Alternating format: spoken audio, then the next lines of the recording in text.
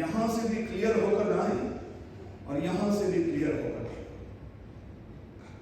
آپ کا ذہن اور آپ کا دل 100% آپ کے کام میں ہونا چاہیے. نوٹ کر لیں، لوگ بلیسڈ بھی کئی بار ہوتے ہیں لیکن لوگ پراسپر نہیں ہوتے، لوگ سٹیبل نہیں ہوتے. سٹیبل اس لیے نہیں ہوتے کیونکہ کام تو وہ کر رہے ہوتے ہیں، ہارڈ ورک تو کر رہے ہوتے ہیں، لیکن اس کے پیچھے ان کی نیت اور ذہن ٹھیک نہیں ہوتا. اگلی بات ہے، جو چیزیں درکار ہیں وہ چیزیں دیں. دیکھیں، ہر جاب کی کچھ ریکوائرمنٹس ہیں. ہر جاب آپ سے کچھ نہ کچھ مانگتی ہے بھائی، آپ کو دیتی بھی ہے وہ، لیکن آپ سے مانگتی بھی ہے. ہر جاب، مثال کے طور پر میں دکان کھولوں، اب دکان سے نکال کر گھر کو ہی کھلاتا جاؤں، میں دکان سے ویلی ہو جاؤں گی. ہمارے گھر کے برابر میں شادی کی دکان ہوتی تھی.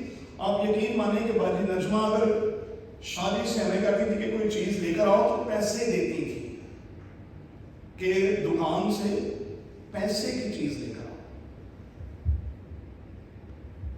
کیونکہ باجی نجمہ کا کہنا یہ تھا کہ اگر میں اسی طرح 10 چکر آپ کو لگواتی رہی تو روز کے 10 چکر اور سال کے کتنے چکر، تو دکان تو خالی ہو جائے گی، وہ تو میں ہی کھا لوں گی.